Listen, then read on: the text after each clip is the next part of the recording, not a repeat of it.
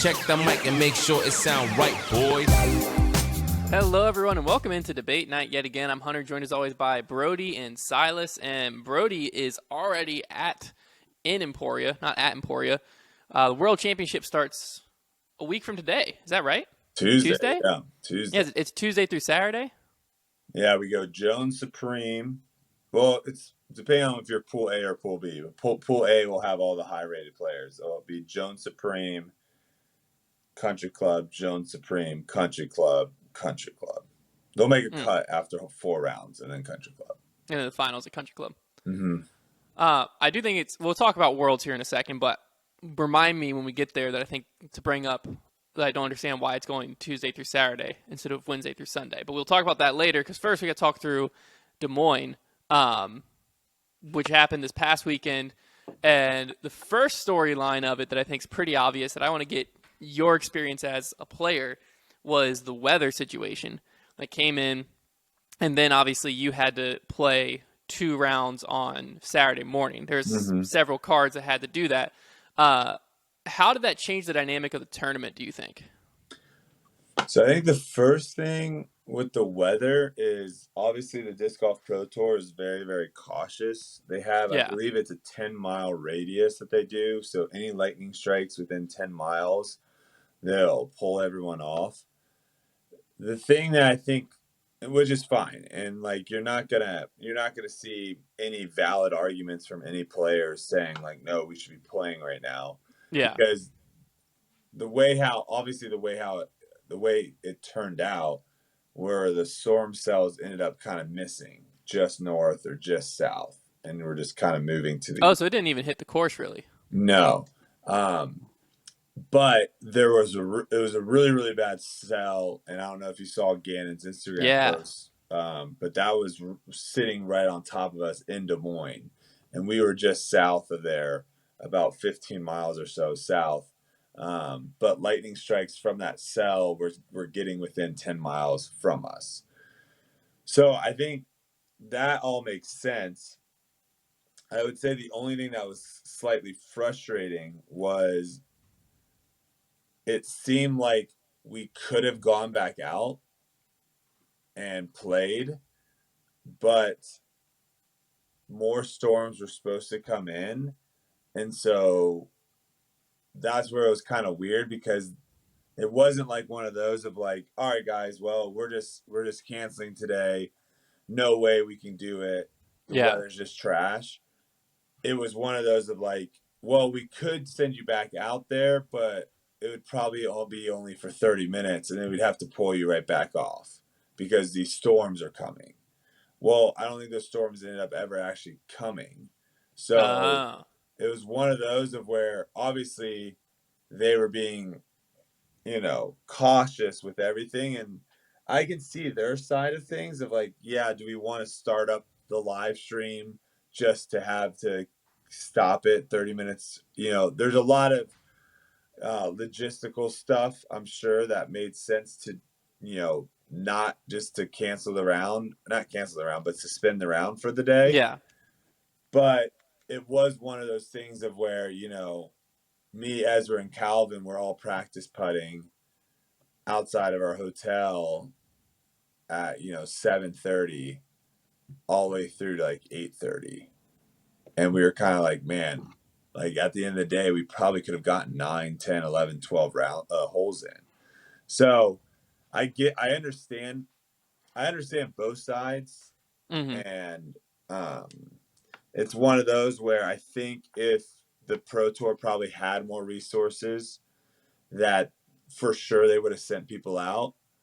And it's also a rule too of like, there's not really anything in the PDGA, or I guess there's stuff in the PDGA rules that you can basically interpret both ways. You can interpret to where it's like, all right, well, round 1 never happened, we're going to play a 2-round tournament. And then you can interpret of, oh no, we can just finish the rounds the next day and it's fine. I did hear something about like 13 holes. I don't think that's actually. 13 holes is what it requires to be like an official rated round, is what that rule is. Okay, so that doesn't have any impact then on actually playing, like having it I be part I of don't the know tournament. what. Yeah, I don't know how much that like affects. Like, is the PDGA like since it's not a rated round, it doesn't count towards the tournament? I just know 13 is the minimum to get a rating. I That's what know I that's think. true. There's a lot of interpretation. Yeah, I think how they ended up doing it was the best way they could have done it. yeah, I don't think if you can have a 3 round tournament, I don't think having 2 rounds is the way to go. Like, yeah, just to have 2 rounds. And the way I view it is like, at the end of the day, everything is going to probably even itself out throughout the season. You're going to have some times where you're going to have good draws where, you're going to tee off in the afternoon and the weather was terrible in the morning and you got good weather in the afternoon. And hmm I think that stuff kind of all evens itself out. So, I'm sure there are some people complaining about, I had to play 2 rounds in one day, or the weather was actually a lot better on Friday than Saturday. yeah, So hence why you saw like people shoot 11, 10, 9 under on Friday. And then I think the only Bradley Williams and Emerson Keith out of the cards that played in the morning, those were the 2 hot rounds in the morning, and they were both 8 under. yeah, So the scoring was definitely different. I think you also saw it from the FPO side too, of where the FPO had a lot of people play really, really well on Friday. Saturday, the scores got kind of brought back. So scoring was a lot harder on Saturday. But again, it's one of those things where I think all that does even out. It definitely sucks when you are in a tournament where you're on the bad side of the draw.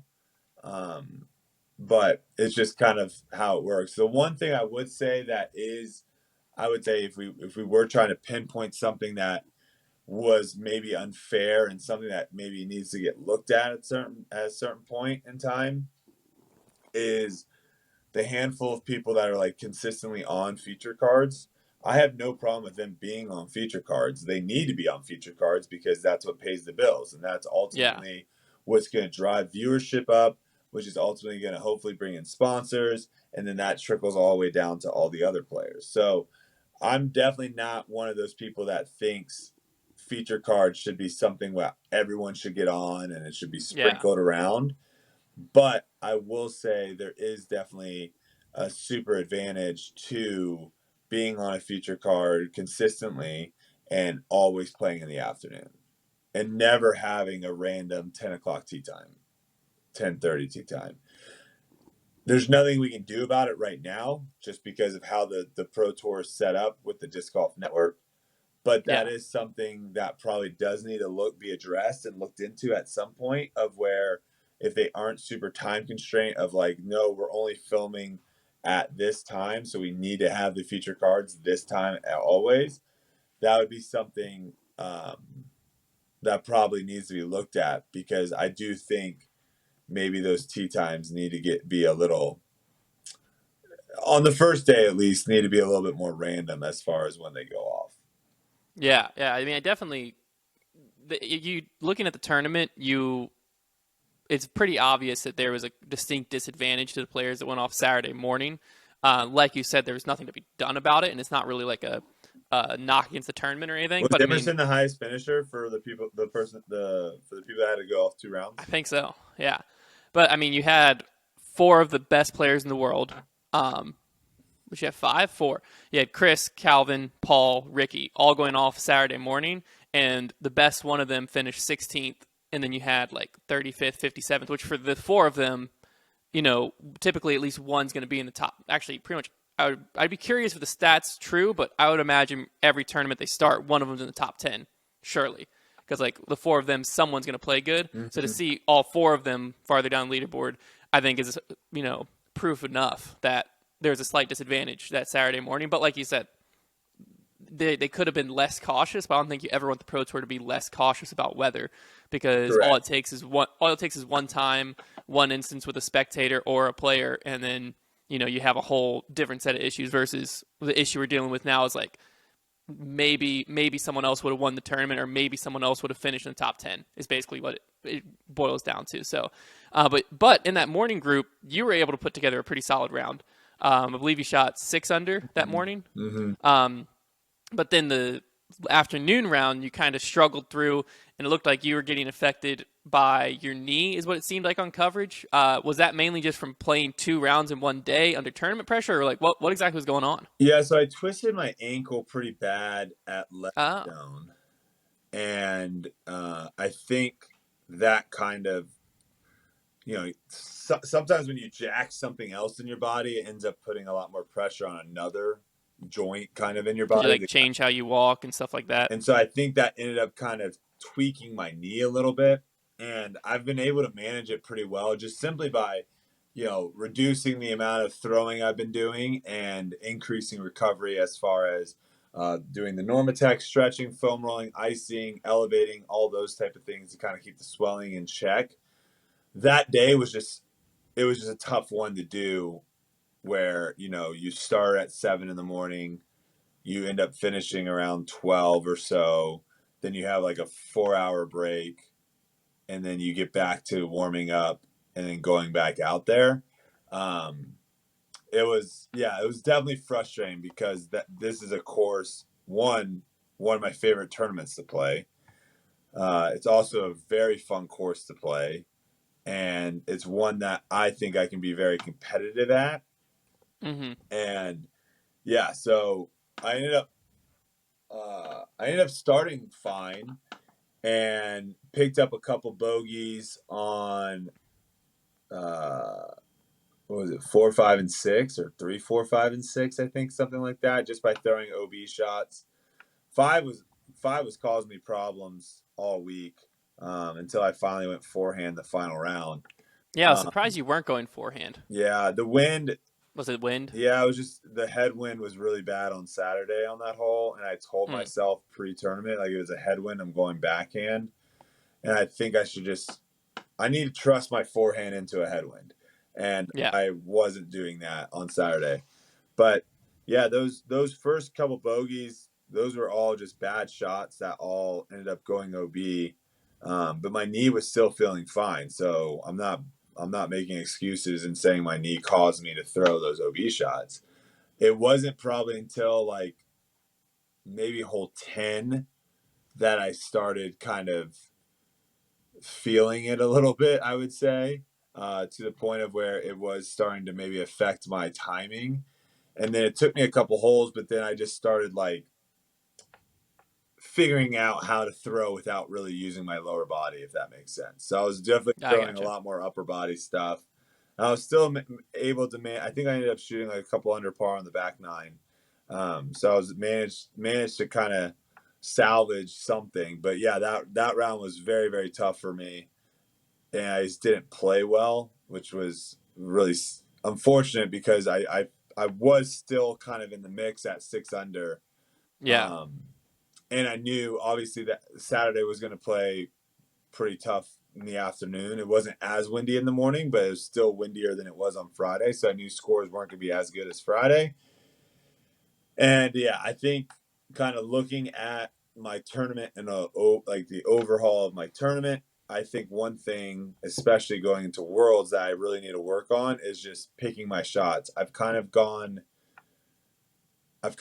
too much on the extreme of like trying to birdie everything, and when I don't throw a good shot, trying to throw an incredible shot to still get the birdie, because I know that you have to get birdies to win tournaments out here. But I think I've gone a little bit too extreme on that. And looking at my final round is kind of a perfect example of that. I can just go through my final round right now just to kind of, because I'm throwing the disc really, really well, and I need to work on my putting still. Like last night, I spent about 2 hours or so putting, and I'm going to probably do that consistently throughout this week to try to get back to, because I know my circle one putting has been killing me in this tournament as well. I think I was like 70%. Like hole 10, which is that easy par 5. It's like you got to birdie that hole. I missed a circle one putt, made par, and then the final day I missed the circle one putt, airballed it to where it rolled OB, and then made the comeback for bogey. So it's like that's 3 shots right there on that hole that you just can't afford. So I know my circle one putting is killing me right now.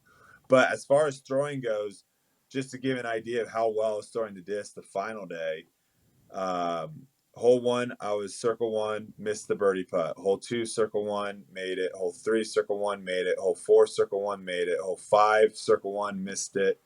Hole 6, parked. Hole 7, just outside circle 1, missed it. Hole 8 was off the fairway, so I didn't have a birdie putt. Hole 9, parked. Hole 10, circle 1, missed for birdie. Hole 11, circle 1, parked. Hole 12, circle 1, make. Hole 13, parked. Hole 14, circle 1, make. Hole 15, circle 2, miss. And then obviously 16, 17, 18, I ended up not finishing too strong with a 5 over on the 3. But like those holes right there, I mean, that throwing the disc that well, I was putting myself in a position to be able to shoot 12 under, consistent pretty well. Now I didn't make any of my circle 2 putts, and I missed a couple circle 1 putts, but that's where it's like right now I feel very confident in my throwing. My forehand feels great, which is awesome, because at Emporia, which I'm playing today, the forehand is, if you have it opens up so many opportunities for some of these difficult par 4s to get you in the right spots without bringing in OB into play. So I feel great throwing the disc. I just gotta get the putter hot again. Yeah. So going into Emporia, have you played both courses this week so far? So I got in Sunday. I just drove straight in after my round Sunday, and was able to kind of just walk around Jones Supreme Sunday, and then yesterday we were going to try to play Emporia Country Club, but the course was actually closed. So, and that's something that we can kind of talk about a little bit, because it caused some issues, I think. But we ended up going to, Jones Supreme and got, our practice round in there. They didn't really change too much with it. It does seem like some OB Yeah, that's what I was about lines to have ask. been either tightened or extended. One of the par 4s that a lot of people complained about, they moved the basket to where now it was one of those par 4s of where it's like if you got a birdie look at it, you were one of the few, where now it's like a must get birdie. So Interesting. not too many changes on the course layout. It's if it's not going to be windy and you're throwing the disc in bounds, you're going to be able to score really well out there. So today we're going to try to go out to Country Club and get around in there. I know they have a couple new holes, they changed up some pins on some, and then they have adjusted some OBs as well. So the Nice. courses are going to be playing almost very similar. There's just minor changes on both. Yeah, well, it's good to hear there's at least changes, because that's what I was about to ask, is like, does it feel weird like you're coming back to DDO in a sense? Like, from a fan's perspective, it's somewhat weird, but I mean, it's also, I don't know, I don't personally like it, but I could see where some people don't really care. But from a player's perspective, is it like monotonous, like, oh, we already played this tournament, we're coming back here? Or does it just feel like another week on the road? Yeah, I mean, I like both these courses. They're fun to play. I would say for like a major, it's in a weird spot though, right? Because obviously the course played so hard for DDO because of just how windy it was. Yeah. So it's a weird situation with disc golf, because the wind does affect scores so much more drastically than they do in golf. So they you would like to see, let's just pick like what was 2 weeks ago? 2 weeks ago was Ledgestone, right? Mm-hmm. So Ledgestone, what the winner end up finishing? 30 something, Somewhere in there. I can pull it up. somewhere around there. So I would think, like, for me to like spice it up a little bit, and I think even maybe from a spectator standpoint, you would like to see them do things to make This 26. 26. So I feel like you would like to see them. You get there and you'd be like, oh wow, they extended this hole. This hole's a little bit longer now, or oh, they tightened the OB here. This hole's a little harder now. Like to do things like that to make it different in the sense of difficulty, because it is a world championship, it is a major. I think that makes sense. The problem that DDO had, or excuse me, the problem that Worlds has this year is the DDO played so hard. So it's like, Yeah, it's going to play easier. So like, what are you going to do? You're going to make, because I think you can look at the weather and be like, okay, we're not supposed to really get wins. And it looks that way. It looks like nothing's going to be over 15 all tournament. There might be some rain coming in. Yeah. Which could be interesting, but like, what are you going to do? You're going to make it even harder. And then all of a sudden, what if wind does there is wind coming? Now it's like, now the course is almost unplayable. So it is a tricky situation in that regard, but yeah, I would say like you would normally like to see a course play harder for a major, but yeah, you'd like to see it just get like a similar vibe, but just a few strokes harder. I think if we're going to a course for Worlds, we shouldn't go to that course for a Pro Tour in the same year. Does that happen in golf? I don't follow golf close enough. Yeah, it happens. I guess the thing is like the reason why it happens in golf and the reason why it'll probably happen in disc golf as well is I think you could potentially have a tournament sign for a contract longer than Worlds is decided, right? So like right now we have no idea where Worlds is going to be in 2027. We have no idea where it is in 2024. Okay, perfect. We have no idea where it is in we have no idea where it is in 2024. So if TrueBank, which was the title sponsor at Des Moines, right? Mm-hmm. If they're like, hey, we really love this, we want to up our contract for 5 years. We want to do this for 5 more years, right? So they do that. Yeah. What happens when Worlds gets decided to go to Des Moines in 3 years? And so like, oh, well, we're not actually going to have the event this year. That's where I think a lot of it comes down to like the sponsorships at these tournaments. They want to still have those tournaments because they build their marketing and their sponsorships and all that stuff based around them. So that's why I don't see that ever changing of where that makes sense. Yeah, of where you're just not going to have a tournament because Worlds is there. I've always just thought of it from the course perspective. I've never really thought sponsorship wise, but that makes a lot of sense. I still don't love it, but it makes a lot more sense. And that's why I think it's like you have to kind of beef it up. You have to do something to where it, like you're saying, it doesn't just because that question of you would never ask that question on the PGA Tour. I've never heard that question before of being like, oh, you guys are coming back to Pebble Beach for the U.S. Open, like. Does it feel like just the same old or what? Like that would never be a question asked because the difference between the AT&T and a U.S. Open at Pebble Beach is drastic. Like players know that the greens are going to be running faster, firmer. Players know that the rough is going to be grown out. Players know that they're going to probably have tougher pin locations. They're going to probably move a couple tee boxes back.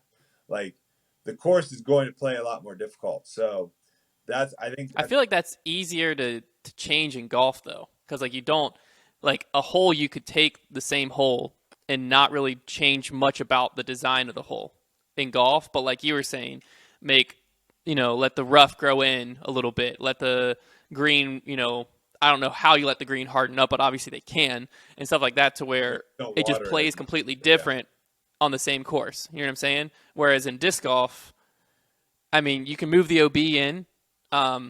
But we can't really mess with greens. You can put them closer to trees or something, but like, I don't like that.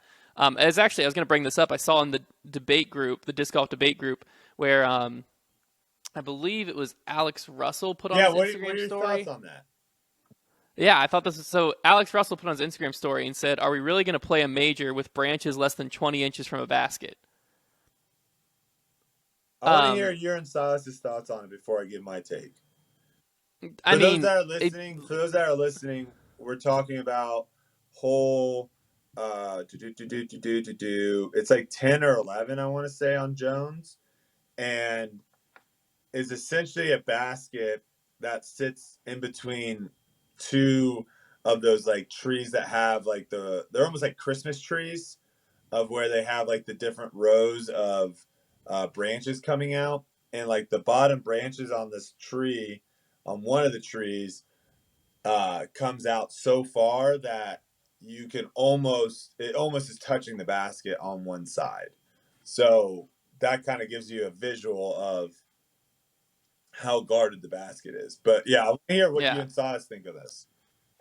Well, I'd have to look at the whole as a entirety, but I've played Jones East It's a before, par so I four. understand. It's a par four, Yeah. and a good drive will leave you probably like 375 to 300.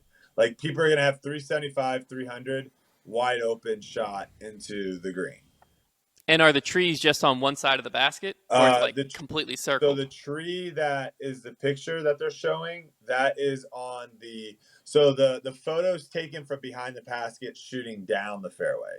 So the tree that he's kind of close to is on the left side of the basket, and then the tree on the other is on the right. So there's nothing in between your shot and the basket, if that makes sense. But like, is there like a safe area? Like, if you go past, you know you're gonna have a putt type thing. Yes. Yeah, then I don't mind it. I mean, I can see where like 20 inches of the basket, but there's no PGA guideline of like it's got to be 2 feet away. And in my opinion, like that one singular branch looks like it sticks out just far for that tree. So like if you trimmed it back a foot, what does it really change about the hole? That branch. I think the question that could be asked is like, are we playing a major with a tree this close to the basket? But if there's a safe bailout area, I think a tree is a solid defense of a basket. If there is an area where you know if I throw over here, I'm not going to have an obstructed putt because like that's a smart way to protect a green in disc golf.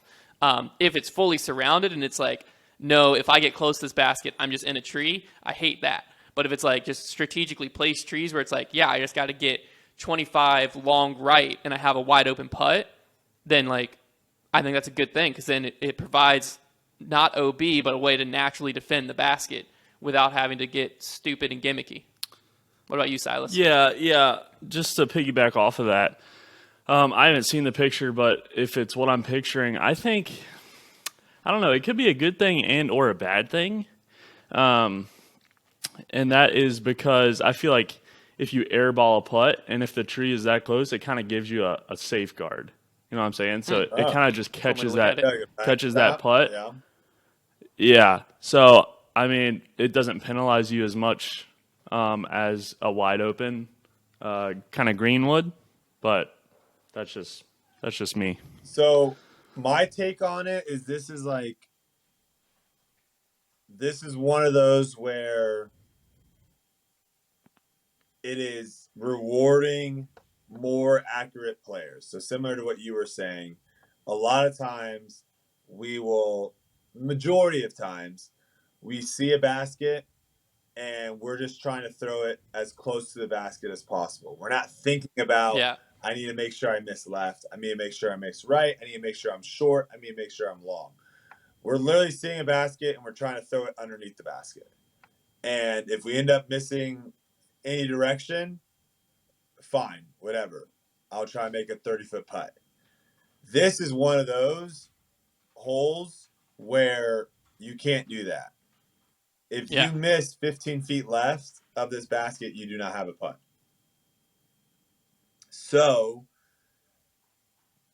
I like it in that sense of where we now went from like having a circle around a basket where anywhere it lands in there, we have a putt, we're happy, to where now it's like a small little slice of pie. The slice of pie is short of the basket, like literally directly short of the basket, and like a little bit to the right. I would even say long is the play there, because if you do try to go long left is bad and long right isn't great. So like directly long is all right, but like that's why to me it's like the biggest chunk, the biggest sliver is short right. And so I just think it adds a different element. And obviously it's not something that's super common. Now, obviously when you get into woods golf, you a lot of times see sometimes trees, like actual trunks of trees close to the Yeah. basket, and everyone seems to be fine with that. But in this scenario, it is actually a wall of essentially branches and they're not really leaves. It's kind of one of those. It's like one of those It's like I said. It's like a Christmas tree. So it's not. They don't have Yeah. leaves. They have like those little spiky things, Like like needles. needles. So yeah, if you're left, you just don't have a putt. I'm completely fine with it because we all know it's there. We all know when we're playing that hole that if you do go left, you don't have a putt. So it's one of those situations of where, you know, if you find yourself up over there, you threw a bad shot. So I'm completely fine Yeah. with it. I think it's definitely something that, like you said, one of the ways that you can protect a basket, because if you do chop all those branches and stuff down, the defense of that hole pretty much goes away. Yeah, because like that's what I'd be curious is like if you walked up to that hole and someone like was like, okay, we need a 10-foot parameter around the basket that's safe or whatever, and then you trim that tree up, 10 feet in, like, and in my head, picturing the hole, not seeing it in person, that makes it just a much worse hole. Because like then, like you were saying, approach shots and stuff like that, a lot less thought goes into it. Because then also a tree like that, when you trim it up, you're also removing the defense that the tree provides. So not only is it like a 10-foot circle, but now it's more like you're in the woods and it's just a tree trunk. Because like now if you're under it, you don't have as much of a penalty. Because like, I don't know.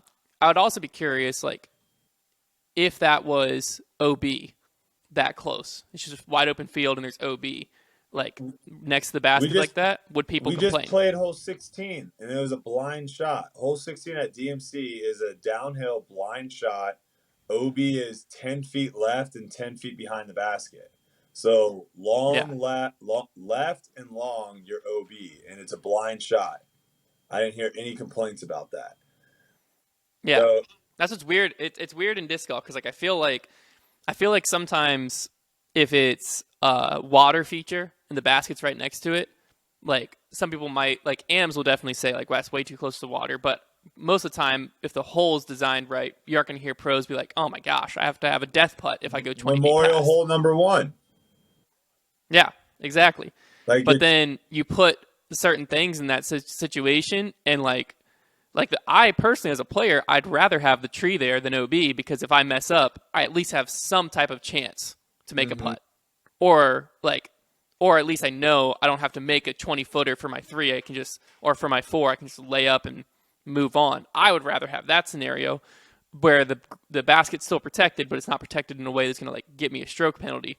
I just think it's interesting sometimes seeing what people complain about because I'm like, well, what's the alternative? And also, like, if it was 2 feet or 3 feet, are we complaining? Like, where's the line of like, because he just complained about the branch, not necessarily the tree being there. So it's like, if that branch was 3 feet away, but the rest of the tree's still there, what did it change? Nothing. So, at least in my head. So something that's also interesting, talking about the OBs and stuff, brings up another hole where there is there's a strip of maybe like 3 or 4 feet of OB. So just think of basically a river, but it's only 3 or 4 feet, and it's like 10 feet short of the FPO basket.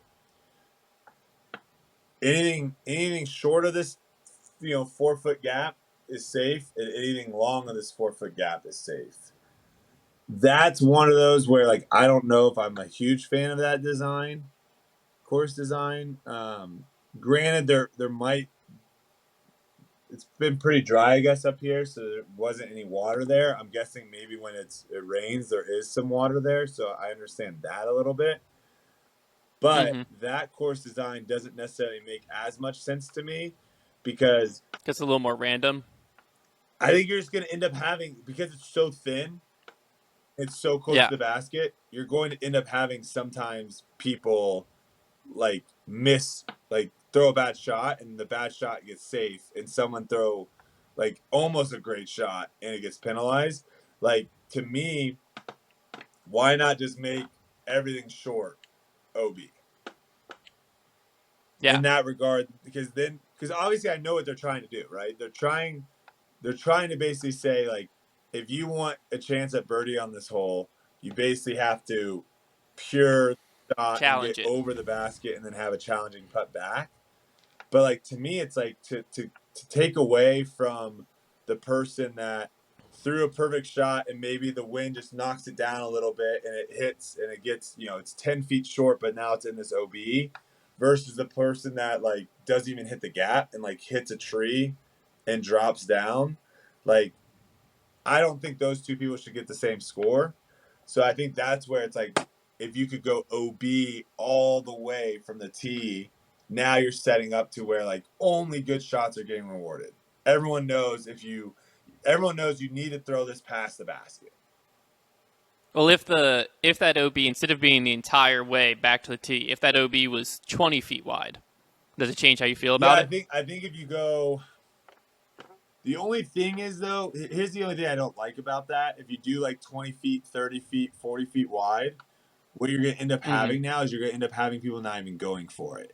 And so you end up having, and this, I feel like we've talked about this before, about how in disc golf, if you play safe, it is so much easier sometimes to play safe than it is obviously to like play. Like, you get more rewarded, I guess is a better way of saying it sometimes, if you play safe than if you are trying to go for birdies, right? So like, like the risk reward doesn't balance itself. Yeah, like, to me, if you take someone that has a 960, right? Like, that's like one of the top FPO players. If you take like a 960 rated player out to that hole and you had him play it 10 times where they were going for the basket trying to birdie it, and like you said, we make the OB 30 feet, right?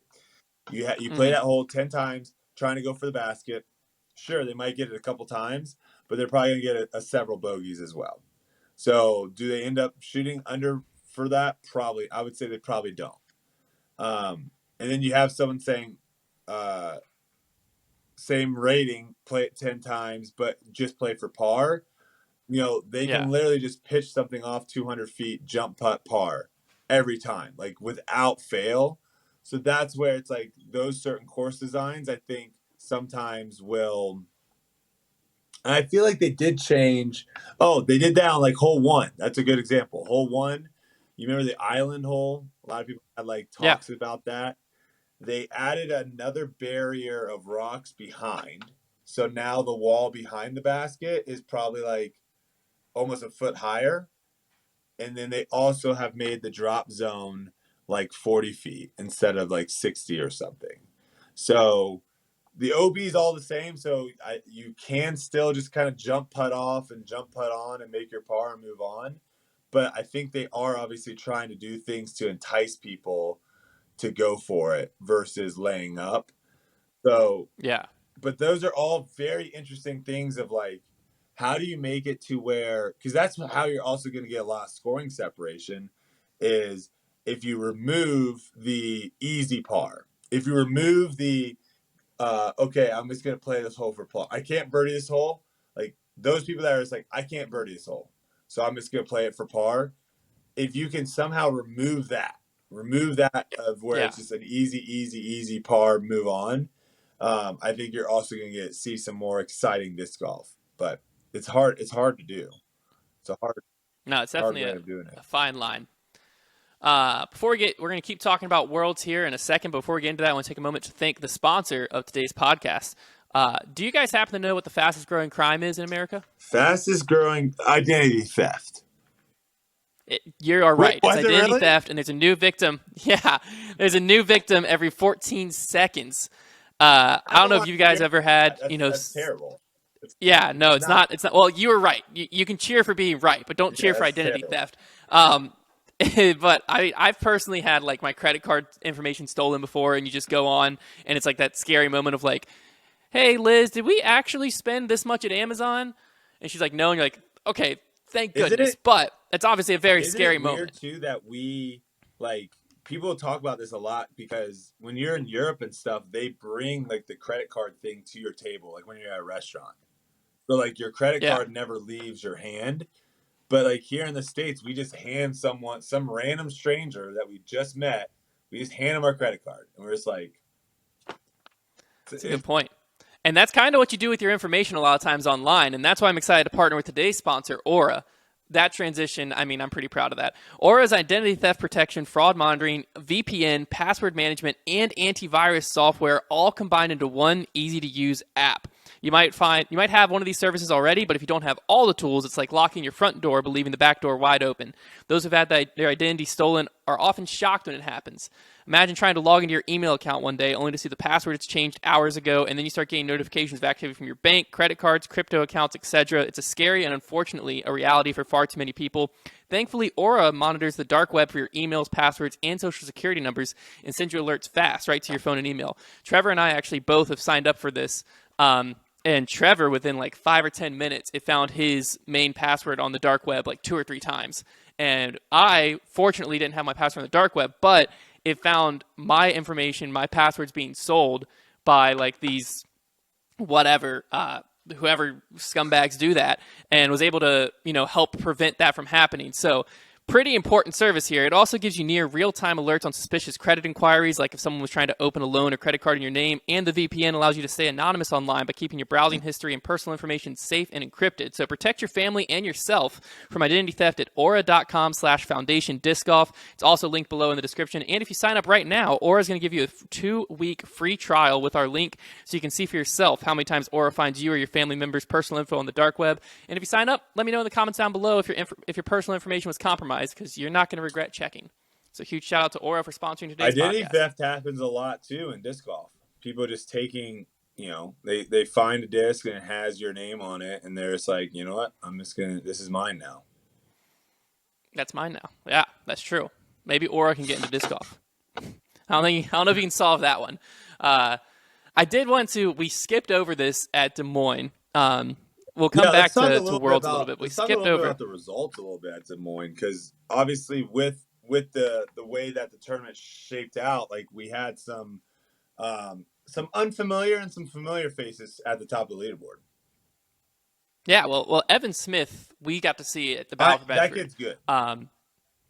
Yeah, that's what I said about him and Robert Burridge, is both of them had a complete game. Like watching them play on Sunday, which I think it was a unique situation again because of the storm on Saturday. Evan Smith and Robert Burridge were able to get onto a lead card, stay on the lead card without having to face lead card gallery, camera, pressure until the final day. Neither of them really cracked. Robert Burridge didn't crack at all. Evan Smith, you could say cracked, but he hung around there. It's not like he fell off the face of the earth. So it didn't really affect either of them per se. But I was very impressed with both their games. I think they both have a super bright future ahead of them. And then the playoff that ended up happening was electric. It obviously, I think there was unfortunate stuff on both sides. Simon's unfortune came via the new Mando rule on hole 12. I don't know if you saw that whole thing. That was going to happen too first off, like his first throw, like I was like, did that miss the Mando? That's was the initial question. So hard. Like I love Mandos because you have to. Certain holes, like it's an interesting one because not everyone is sold on a Mando, but I think with just how easy it is to manipulate a disc and with how easy it is to break holes, you have to sometimes force players to throw certain shots. You have to, or else the hole, I think hole 13, I will not be surprised. It was one of the new holes. Would not be surprised if there's a Mando on that hole, because what did I do all 3 rounds? I chucked a spike hyzer up into the trees and just have it plinko down. When you can definitely tell they wanted you to kind of go through that middle gap and then through the tunnel. So I think Mandos definitely are needed. But that being said, sometimes, like this Mando, it is so hard to tell, because it's not just like one tree or a flagpole or a telephone pole in the middle of the field and you're like, yep, you missed the Mando. Like this was like a couple trees all bunched together on the left, and there was just like a Mando sign that said like this way. So like, who knows if he even made the Mando initially? You could not tell in coverage. You kind of lost the disc. No. And Simon even turned around and was like, "Did I make that?" And his car mates immediately were like, "Yeah, And most yeah, of the time, you made it." So like apparently someone could see. He was obviously like, "I'm not sure if I made it," and on coverage, yeah, I it's was hard to clueless. tell. And then Initially. you got like a ricochet, and then another ricochet, and I guess the disc ended up going backwards. Yeah, it went back. So it went like basically around the right Mando and then back into the restricted space, which the whole restricted space thing, I think this goes back to what we continuously talk about on this show, where the Pro Tour needs separate rules from the rest of the PDGA.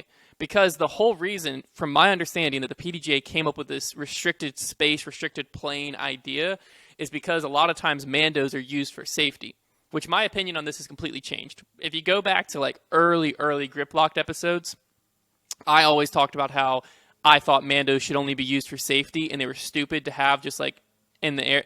Once I've watched a lot more disc golf and I understand the professional scene a lot more, I flipped. I think Mandos should never be used for safety because, like, if you're protecting a playground, you're like you can put a Mando there, and yeah, people aren't going to do spike hyzers over it, but someone might still grip lock into that playground, which is not put a hole next to a playground. Also, we're on a Pro Tour. Why are we playing next to a playground? But that was what the PDGA, I'm using the playground because that's what someone from the PDGA used to defend this rule, was like, oh, the restricted space makes sure that even if Simon makes the Mando and then comes backwards, he still isn't throwing through the playground. And it's like, okay, but let's address a bigger issue. Why are we playing next to a playground in that scenario?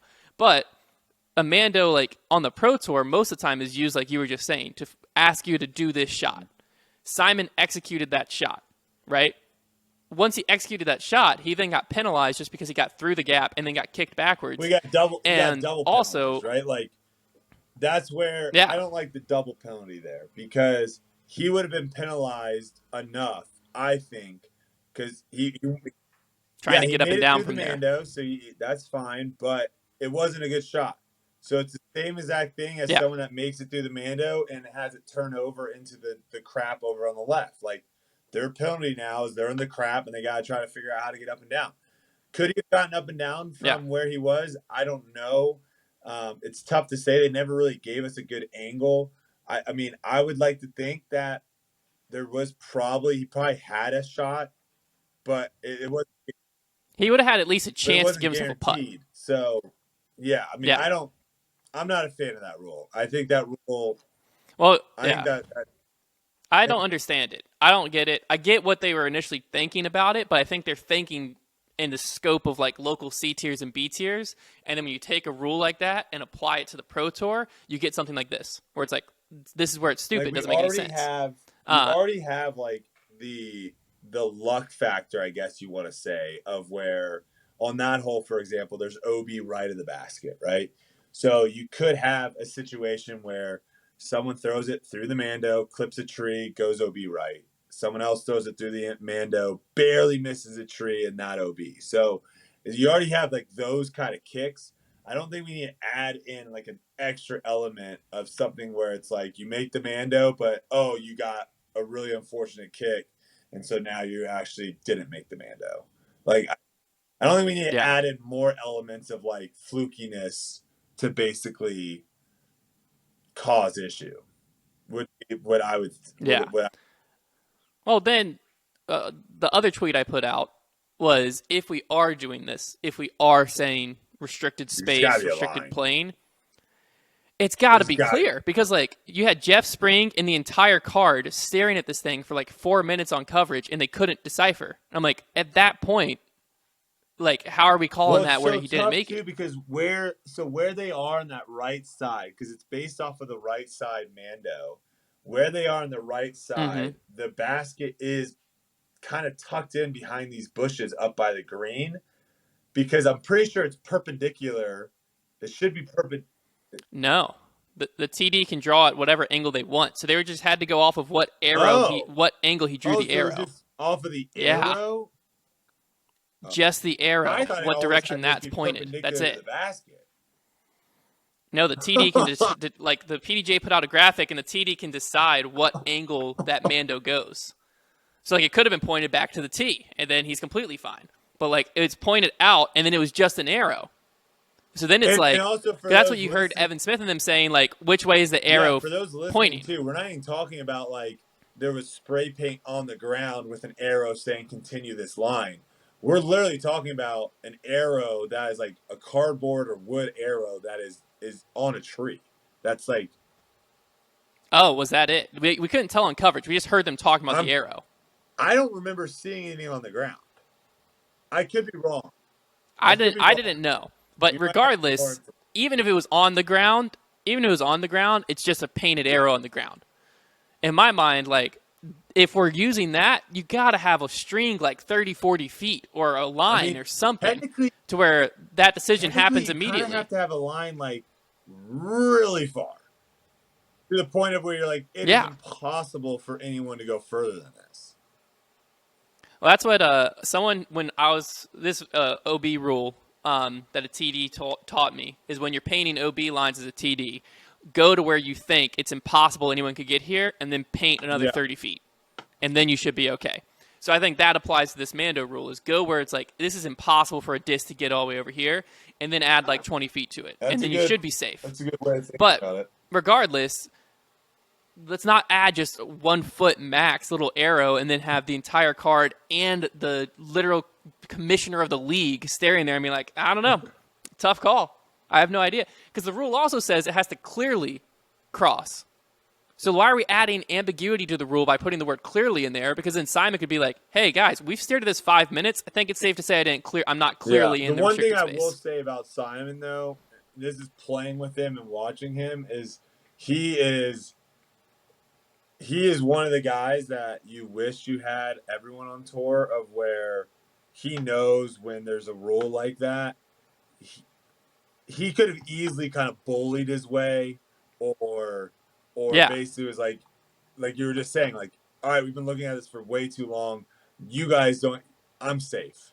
I have to be safe. Like, he could have done that. And there are some people that do that, which make it very awkward. They always, even when they're kind of in the wrong and you kind of know they're in the wrong, they will always try to fight to he's one of the few guys, I wouldn't say few. Didn't mean to say few. There's a lot of people like this, but he for sure is, and I give a lot of respect to him for that. He's for sure one of the people that is like, all right, I'm OB, or all right, I missed the Mando. Yeah. And just goes from it. Well, yeah, I mean, he was able to bounce back pretty quick and then birdie the last like 5 holes. After that hole. No, I think he parred 13. Oh, you're right. And then birdied 14 through 18. 13 and then birdied the last 5. You're right. Yeah, to get into the playoff. And then, obviously, during the playoff, Robert Burridge, first off, I was very excited it didn't end on 3. I was going to be very sad if it ended on 3 because, like, they both threw a similar shot and one hit a tree and one didn't. Because, obviously, there's just so much talk about Hole 3's design, on the coverage at least, the whole tournament. So I was very excited on 3 when Robert hit that, like, 60-footer, whatever he hit, that Simon was able to hit his 40-footer and push it. It was electric for the playoff, but also excited just didn't on 3.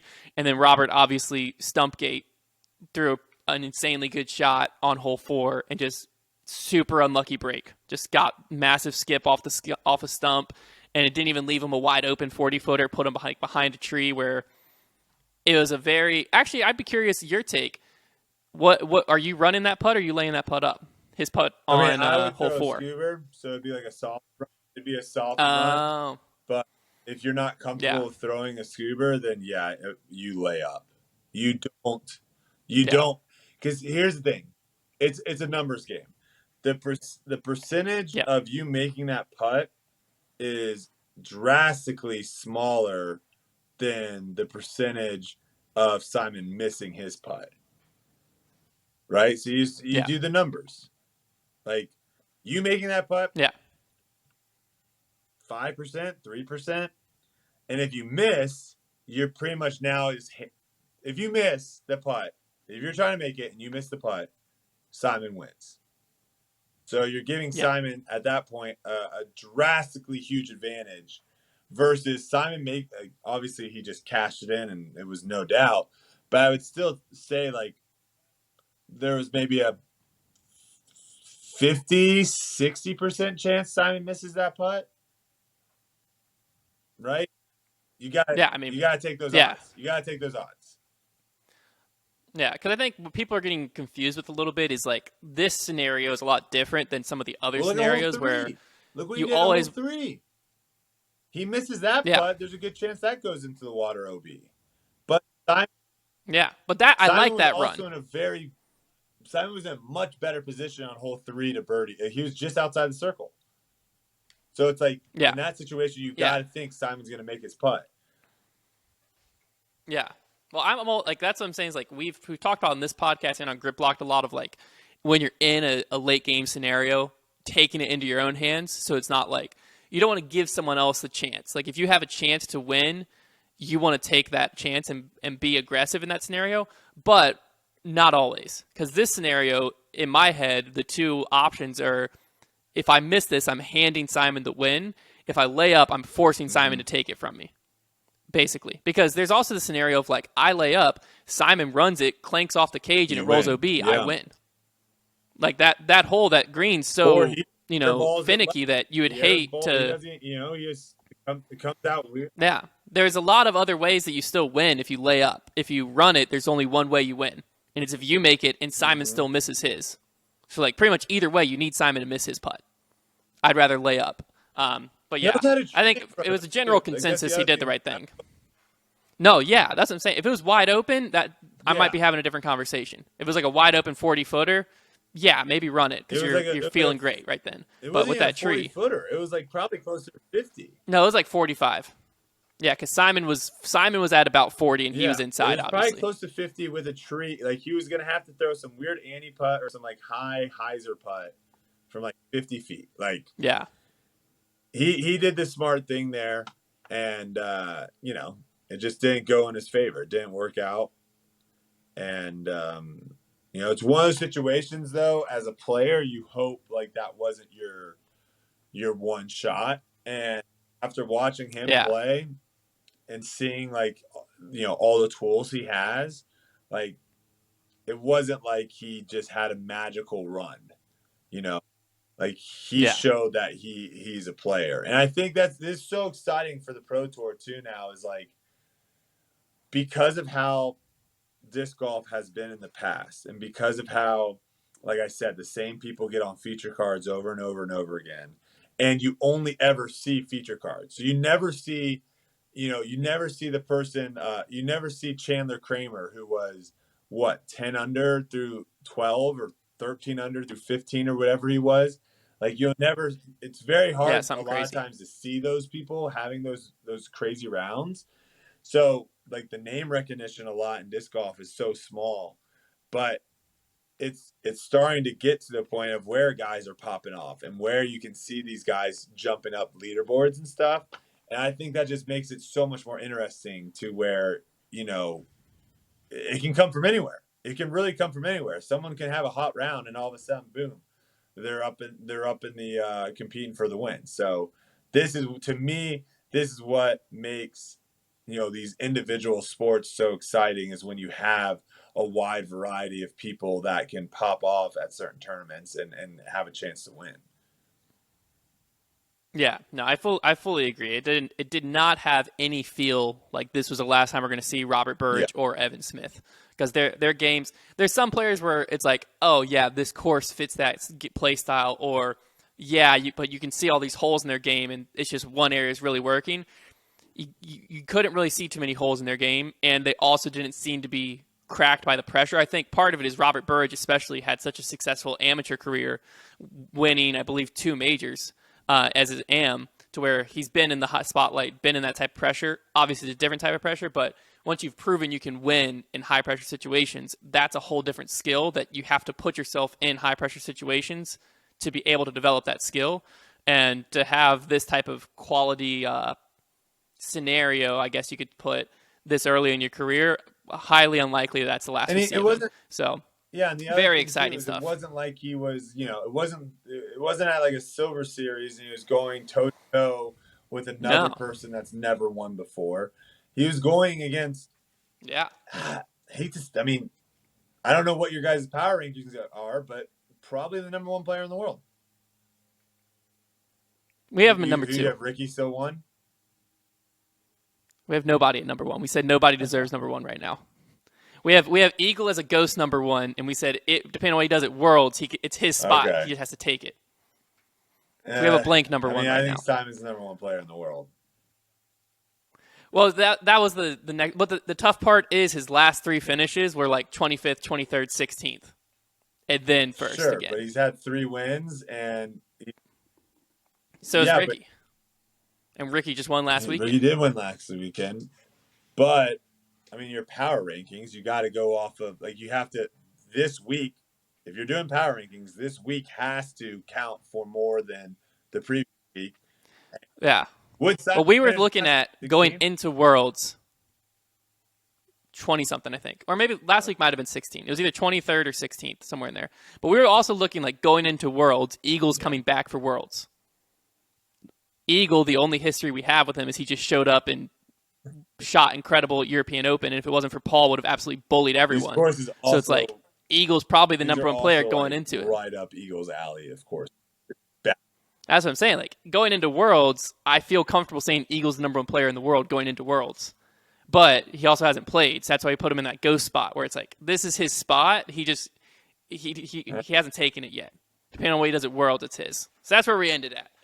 But I want to bring up one final topic as we wrap up the show. It was also in the disc golf debate group. But I thought this was fascinating because of the results. So someone put up a poll and said, what is the most you would pay to play a bad A disc golf course? And then they had $5, $10, $20, $30, $40, $50, $75, $100. And 52% of the people put $20, which was a lot higher than I expected, personally. 24% said 10, 12% said 30, 2% said 5. It did ask the most you'd pay. But I don't know. Because when I'm thinking disc golf and thinking pay to play, I think like $10 a round is like the sweet spot in my head, because you can't have, like we talked about in golf, you have so many amenities that come alongside you paying to play. In disc golf, there's not that many amenities, and the keep up of the course is so much cheaper. I don't know. I just thought it was interesting. I honestly think the greatest thing for golf is carts. Right? Yes. Like, that is the greatest thing in golf is carts. And so, like, Eagles Crossing is, or even, I haven't played Maple Hill yet, but those are like the 2 kind of pay-per play where they have staff out there taking care of the course and all that stuff. Like, does that really do it for me? Probably not. Because how much different, you've played Eagle Crossing, like how much different is Eagles Crossing compared to New London as far as like in shape? Mm-hmm. I mean, yeah, it's just the property, I guess, is technically better, but Eagles Crossing, I think, is too expensive, personally. My point is just like, when you play New London, do you think like, oh man, this course isn't maintained at all? And you play Eagles Crossing? No. Because like that's the other thing too that disc golf or golf has is like the greens. If you pay for a cheap greens fee, like somewhere, there's a chance that the greens aren't great. If you're paying like $100 or something to play somewhere, it's pretty much guaranteed that the greens are going to be good. And that matters so much. No one likes playing on greens where the ball is bouncing around and all that. Disc golf, we don't really have that. So it's like, I mean, and also it's like, does it really do you care if the fairways are like a little, like there's not grass everywhere, or, to really, for a disc golf course to be maintained, you got to cut the grass. So the grass isn't crazy long. And you just got to have like the tee pads fine. That's it. I can't really think of it.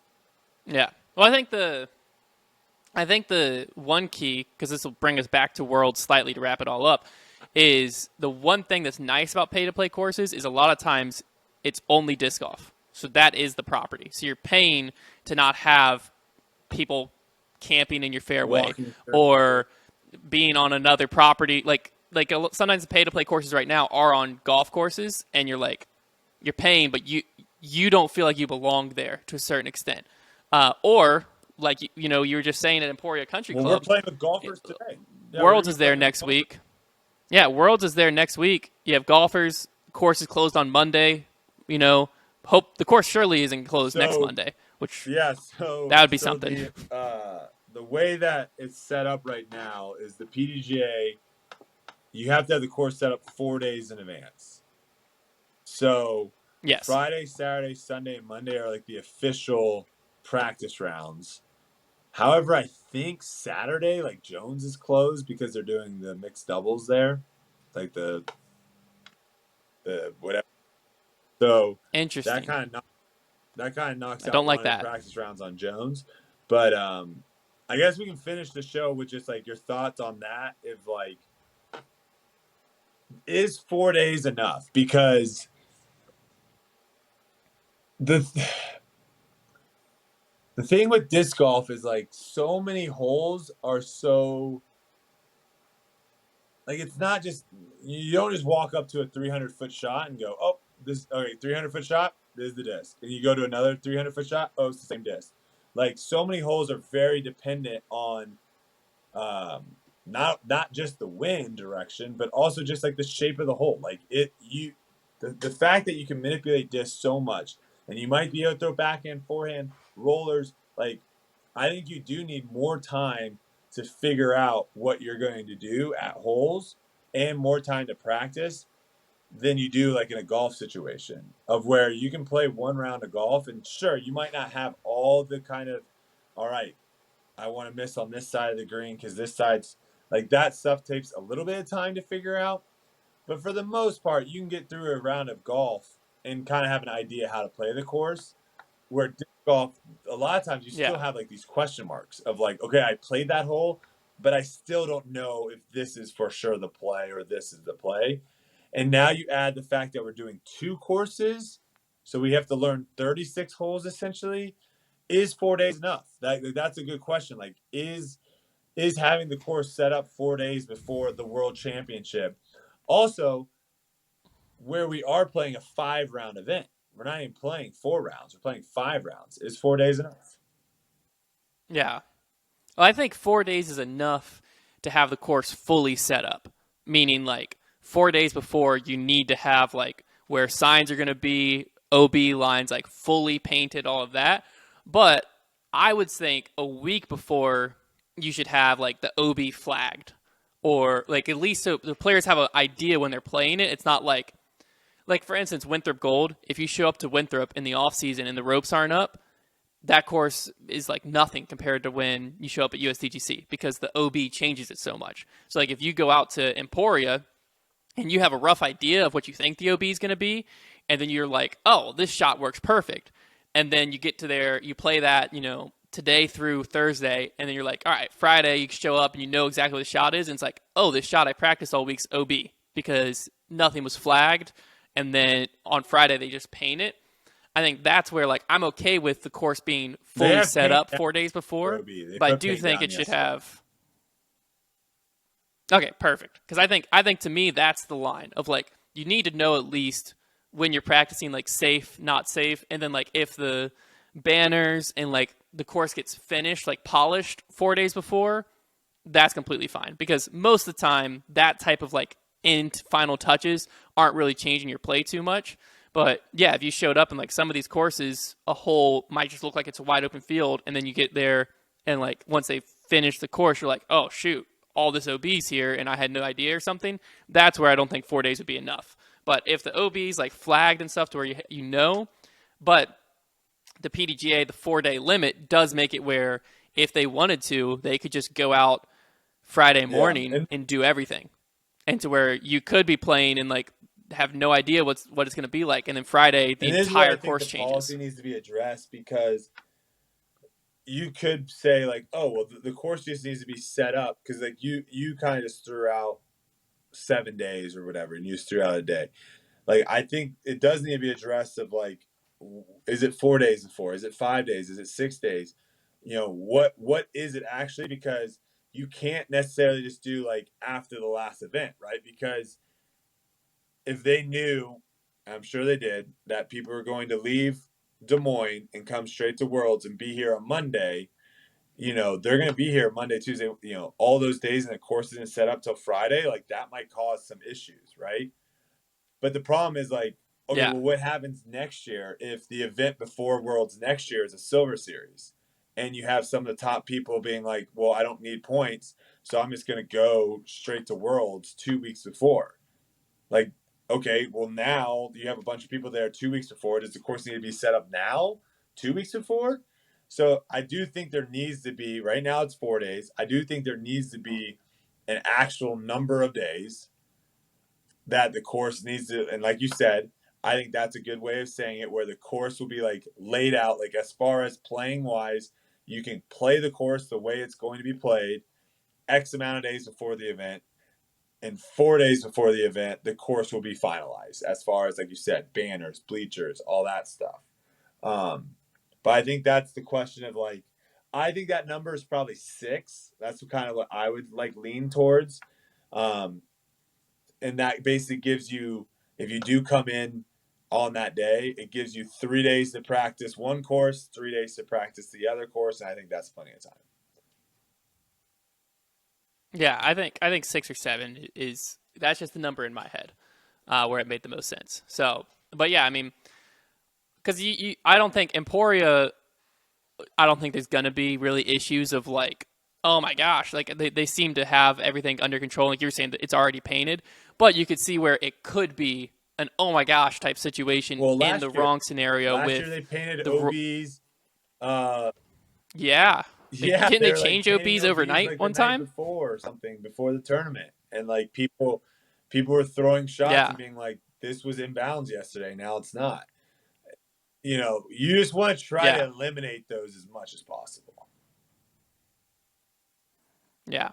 Now, what's our plan for the show next week? Are we going to film Monday and still release on Tuesday, or because you'll have your first round of Worlds a week from today? Crap, I didn't really think about that. Yeah, how do you want to do about that? We can do. Do we want to do like a fun, a little special one and bring in Trevor too for it, since it is the episode before Worlds? I'm fine with that.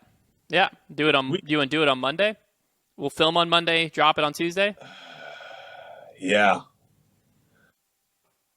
Yeah, I think it's probably the smartest. Just come up with if we want to still, because the other thing, I mean, I guess we still do grip locked and debate night. So yeah, just come up with maybe a couple things like that we can all discuss leading up to it.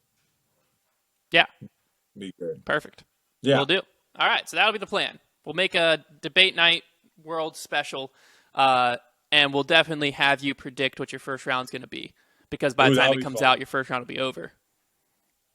So that'll be interesting. And we can also try to predict what the scores were for that day and just see how stupid we look when it's out. Tough. You can't, round 1 will be over. So I think that'll be interesting. Judge it off of DDL, which is going to be it'll be great.